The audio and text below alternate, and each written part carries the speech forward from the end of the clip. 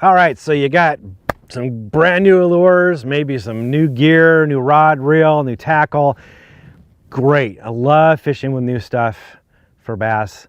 However, those aren't going to do you much good if you can't find the fish, right? You got to be on the fish first to use that stuff. And sometimes that can be the most difficult part of bass fishing, is finding the fish. So today, we're going to break it down real easy for you. The best way to find them, first of all, is to break the lake down into two different categories. One is structure and the other is cover. So let's talk about structure first of all. Structure is any kind of contour change on the bottom. It's actually the topography of the bottom of the lake or the river. The steeper the drop, the better. That's typically bass and bait fish are attracted to those steeper drops, a bigger contour change rather than this long, flat, tapering change. So look for things like that, like points, humps, ledges, ridge, creek channels, any kind of a drop, even steep banks on the shoreline. Those type of things tend to be more productive. And even sometimes it doesn't have to be a major drop. Say you got a big area with, it's basically flat bottom, but there might be a little creek channel in the middle of it. It's just a divot, maybe a foot, 2 foot divot, but that's enough. And the bass will congregate around that. They'll use that. So it doesn't have to be a big change. Sometimes a minor difference can really make a big impact on whether or not that area is productive. So contour changes, structure, that's what you're looking for. Humps, ridges, that's structure, that's what attracts bass and bait fish. Cover, on the other hand, is a little bit different. Cover is something that's either attached to the bottom or laying on the bottom or covers the top. So examples of that. Well, let's go into 3 different types of covers. That's probably the easier way to do it. So there's wood, weeds, and rock. Let's talk about wood cover first of all. Wood can be in the form of laydowns. You know, a tree fell down into the water, that's a laydown. Or it can be logs on the bottom, stumps. It could be the wood that are made out of docks, right? Dock pilings, bridge pilings, wood.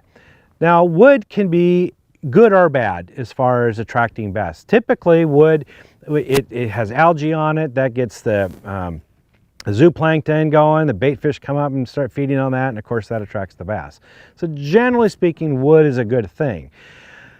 However, if you're fishing a reservoir that's been around for a long time, or a lake that's been around for a long time, and it's got a lot of wood in it, stumps or logs on the bottom, it can look real bassy, but it may not be very productive, because after a while, the wood starts decomposing, and when it's decomposing, it actually consumes oxygen, and that's not a healthy environment to grow all this algae and stuff the zooplankton live off of, and you know, the bait fish aren't going to be there, neither will the bass.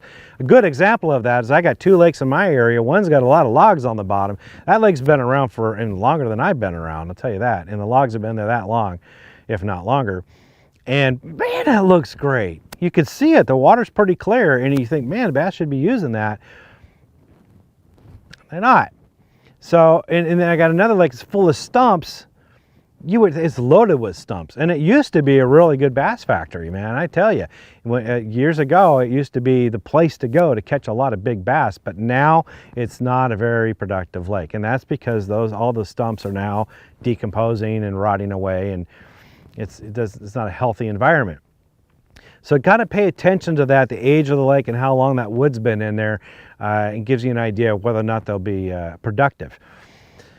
But they can be. Most of the time, docks can be really good. Docks are kind of like the opposite of that. Like the older the docks, the better it is. I think that's just because more algae and more organic material is accumulated around the docks, which attract the bait fish.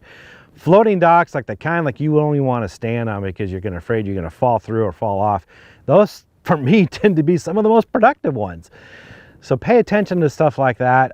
Those are, you know, sometimes you got a whole row of a bunch of great looking docks and one that's really dilapidated. That might be the best one out of all the docks there.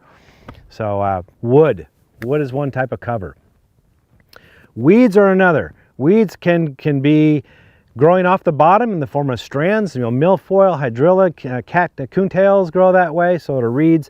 There's a lot of different types of weeds that grow off the bottom, and some of them mat over and create canopies, and that creates shade underneath, which a lot of bait fish take shelter underneath and try to hide from the bass. Of course, that attracts the bass. So weeds also, when they're growing, produce a lot of oxygen.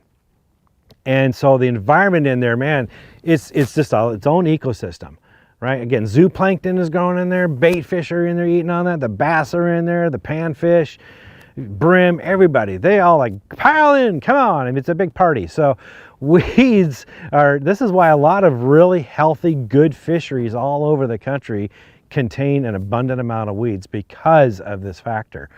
Now, one thing to pay attention to with weeds is learn the different types of weeds and what kind of bottom that they grow on. Some weeds only grow shallow. Some weeds will grow as deep as 20 feet deep. So it kind of helps you when you're finding areas to fish, you can get an idea of how deep it is underneath if you know the type of weeds and how deep they grow, but also the type of bottom composition. Some weeds grow well in softer bottoms like lily pads, whereas others grow in hard bottoms like reeds and cattail. This is really important, for example, when you're fishing in the spawn. If I go to a brand new lake I've never been to and I know the spawn is on or we're in pre-spawn, I'll look for areas where there's reeds and pencil reeds and go right to them, and voila, there are the bass. They're there. They're getting ready to spawn. They want those hard bottoms to make their nests. So understand your weeds. Now, we're talking about reeds real quick. One of the things I've noticed, just my own personal experience with reeds, is when it gets really windy, the bass will vacate pencil reeds. I don't know why. I guess they don't like the reeds moving. That's the only thing I can think of.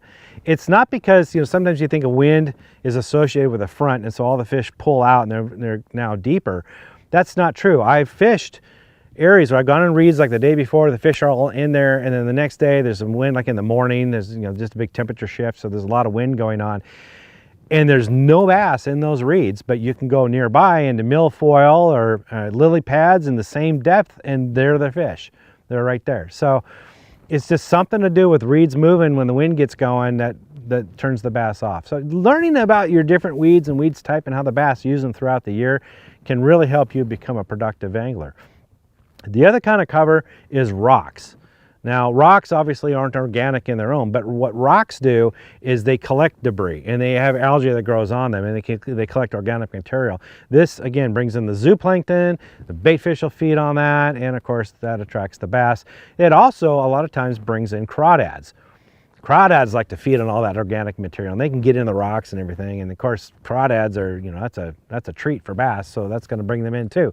So anywhere you can find, like riprap, scattered chunk rock, gravel banks, anything like that that has rock can be very productive for bass fishing. So the way to go after those is, fishing with crankbaits bouncing off of them. You can throw plastic worms, you can throw topwater baits over the top. It's just, a variety of different ways you can go and fish rocks, but don't pass them by because they can be very, very productive. The key thing here between structure and cover is if you can find a combination of the two. Now you found a hot spot. So if you're fishing a point, for example, and it's got scattered chunk rock on it, or scattered stumps, or it's got some weeds on it, that can be a hot spot. You have a hump, and at the top of the hump, there's a bunch of weeds on top. That can be a hot spot. Anything like that, where you can find a combination of the cover with the structure, those are the places you want to target when you're bass fishing. Once you can find where the bass are located on the lake, that's when you can break out all your new gear and your new lures and go to town and have yourself a ball. Hope that helps. For more tips and tricks like this, visit bassresource.com.